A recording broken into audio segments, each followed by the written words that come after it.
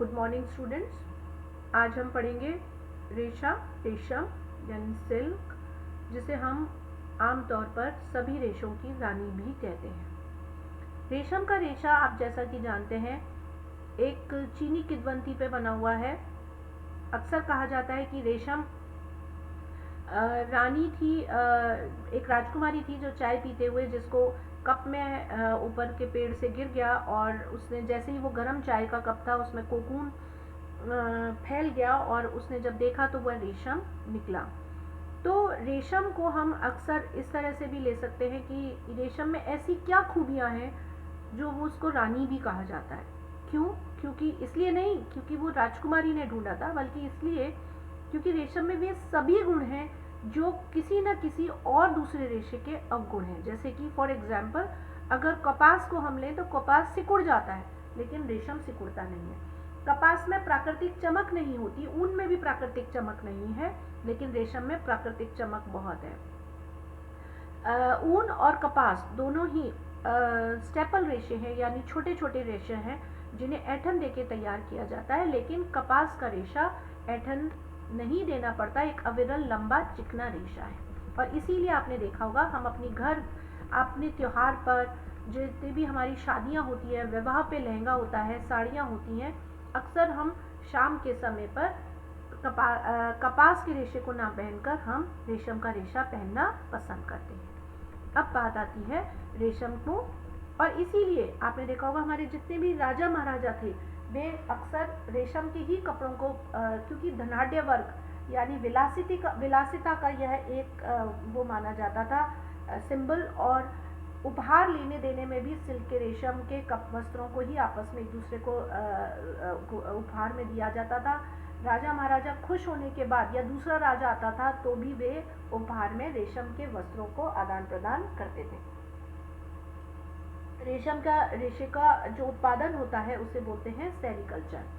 Sericulture अपने आप में एक लंबी विधि है जिसमें रेशम के कीड़े को शहतूत की पत्तियों पर पाला जाता है, और मादा जो कीड़ा है सबसे पहले अंडा देती है, और अंडा देने के बाद शहतूत, आप इस चित्र में जैसे देख रहे हैं, अंडों को किस पे रखा जाता है? शहतूत की पत्तियों पे। शहतूत की पत्तियां किस पे रखी जाती हैं? बड़ी बड़ी बांस की टोकरियों पे।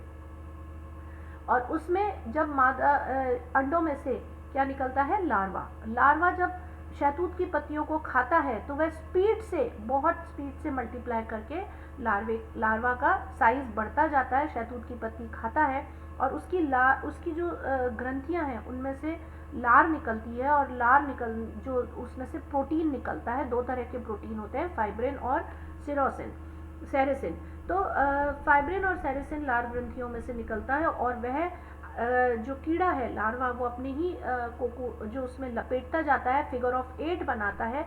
जैसा कि आप इस चित्र में देख रहे हैं बहुत ध्यान से, ये लार्वा कीड़े हैं, ये कोकून आप छोटे चित्र में देख रहे हैं, ये आपस में लिपटते चले जाते हैं।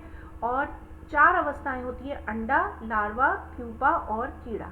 यह फिगर ऑफ 8 बनाता है और कोकून का निर्माण होता है, उसी में लिपटता जाता है। इस कोकून में वह छिप जाता है और चारों तरफ आपको एक अंडे नुमा कोकून मिलेगा। 10-15 दिन के अंदर अंदर ये जो लार्वा है वो किस में कन्वर्ट हो जाता है? प्यूपा में। और धीरे धीरे आप देखेंगे इन कोकून्स को क्या किया जाता है?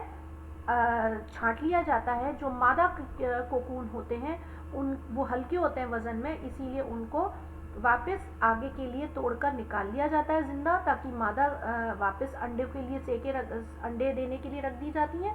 और जो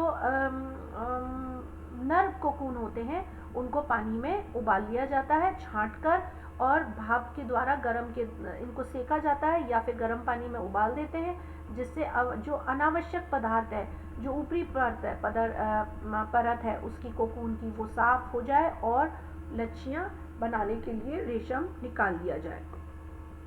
रेशम के कीड़े जो कोकून से जब साफ करके निकाला जाता है तो उस कोकून को लपेटा जाता है। ये इतना अविरल लंबा धागा होता है कि इनको बार बार उसको लपेटने की, मतलब ऐंठन देने की जरूरत नहीं पड़ती। जितनी वांछित ऐंठन जरूरत है उतनी ऐंठन को ही इनको दिया जाता है और उनको लपेट दिया जाता है, जिसे स्पिनिंग कहते हैं। गांठों को खोलकर इनमें रेशों के आकार, आकृति, रंग, लंबाई, मात्रा, बनावट आदि के अनुसार इन्हें बांधा जाता है। कारीगर अपनी निपुण उंगलियों द्वारा स्पर्श से ही हर लच्छी की किस्म को पहचान लेते हैं। स्पिनिंग के बाद आती है डीगमिंग। डीगमिंग यानी जो चिकना पदार्थ है उसकी चिकनाई।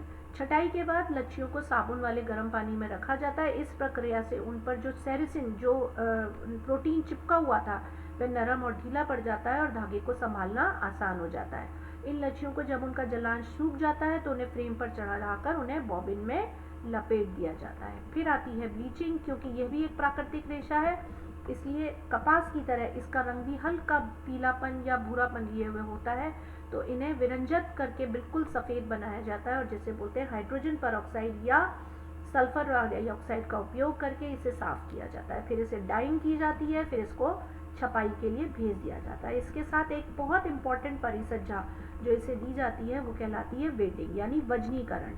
क्योंकि सिल्क का रेशा बहुत ही नरम होता है, बारीक होता है, पतला होता है, तो बुनकरों के लिए साड़ियों का और वस्त्रों को बनाना बहुत मुश्किल हो जाता है। लेकिन और वे इन्हें वजन में खरीदते हैं, यानी ग्राम, किलोग्राम वगैरह में रेशम को खरीदा और बेचा जाता है। तो जब वे खरीदते हैं महंगा रेशम है, तो बनाते समय जो उनकी साड़ी है या उनका वस्त्र है उसकी क्रय लागत बढ़ जाती है और आम जनता तक पहुंचाने के लिए यह एक परिसज्जा दी जाती है जिसे बोलते हैं वेटिंग, जिससे सिल्क के रेशों का वजन लोहे से यानी कि लोहे के पात्र में इनको भिगो के रखा जाता है, जिससे उनमें टिन के और जिंक ऑक्साइड के गुण आ जाते हैं, जिससे रेशम थोड़ा वजन में भारी हो जाता है और इन्हें आम उपभोक्ता तक इजीली पहुंचाया जा सकता है, क्योंकि उसकी रेट कम हो जाती है, उसका क्रय लागत कम हो जाती है। अब हम बात करेंगे अगले चैप्टर में रेशम के प्रकार